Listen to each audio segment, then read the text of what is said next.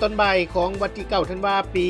2025ที่ผ่านมานี้ท่านคำพันธ์อินทวงศ์ประธานคณะกรรมการปกครองเมือง2 คนท่านสมดิษฐ์ศรีหาราชรองหัวหน้าแผนกโยธาธิการและขนส่งแขวงท่านแก้วประเสริฐสุรินทร์ภูมิ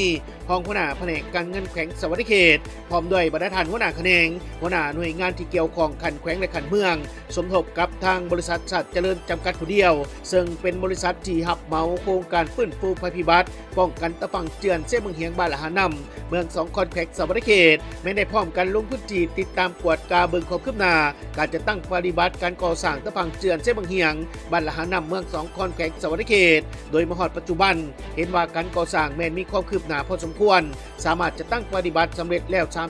35%ในนี่นาเวียกที่ได้จะตั้งปฏิบัติแม้นจะรวมมีหานาเวียกหลักคือได้มีการอนามัยสถานที่การก่อสร้างซ่อมแปลงทางเข้าออกก่อนและหลังการก่อสร้างเลียงหินหลอกตีนโครงสร้างขนาด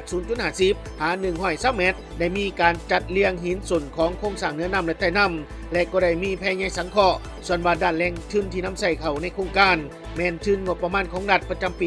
2025เบื้องฟื้นฟูภัยพิบัติซึ่งรวมมูลค่าตามสัญญาแม่น19ตื้อ713 ล้าน2แสนกว่ากีบในระยะเวลาการจะตั้งปฏิบัติโครงการแม่น2 ปีหรือว่า24 เดือนคือนับแต่วันที่1 เมษายนปี2025หาวันที่31 มีนาคมปี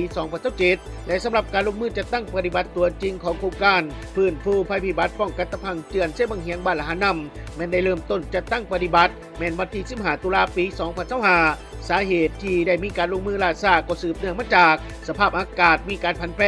ฝนตกต่อเนื่องและเกิดมีสภาพน้ำท่วมติดต่อกันหลายครั้งจึงเหตุให้การก่อสร้างจึงบ่ไปตามแผนการแต่ถึงอย่างใดก็ตามทางเสี่ยวซานจากบริษัทสัตว์เจริญจำกัดผู้เดียวผู้รับเหมาแมนจะเร่งดำเนินการให้ทันตามกำหนดเวลาพร้อมทั้งรับประกันด้านคุณภาพเน้นคุณภาพเป็นหลักเพื่อผลประโยชน์ของพี่น้องพ่อแม่ประชาชนถ้าหากว่าโครงการก่อสร้างตะพังเจือนเส้นบางเฮียงบ้านละหานำนี่สั่งสำเร็จแม้นจะเกิดผลประโยชน์หลายต่อกับพี่น้องพ่อแม่ประชาชนเพราะจะช่วยในการป้องกันตะพังเจือนเข้าหาบ้านเรือนของพี่น้องพ่อแม่ประชาชนอยู่ภายในบ้านที่ตั้งอยู่เรียบตามแคมป์เส้นบางเฮียงและจะช่วยในการป้องกันความสมดุลของแนวน้ำเส้นบางเฮียงเนื่องจากว่าจุดบริเวณดังกล่าวเป็นจุดที่มีน้ำเส้นบางเฮียงไหลแห้งและขุ่นโค้งที่สุด